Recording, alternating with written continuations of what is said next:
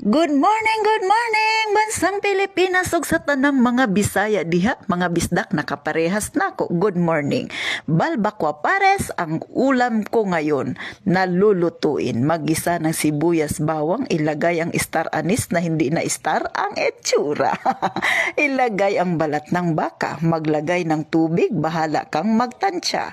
Maglagay ng beef cubes, maglagay ng kaunting paminta, kaunting betchin na kung ayaw mo edi wag mo. Maglagay ng toyo at syempre brown sugar, halu-haluin, takpan, pakuluin, palambutin. At kapag malambot na ang balat ng baka, maglagay ka ng slurry o kaya cornstarch na tinunaw. Maglagay ng spring onion at fried garlic na kung ayaw mo, hindi kita pinipilit. O, diba? Ang ganda ng itsura, kaya magluto na kayo niyan.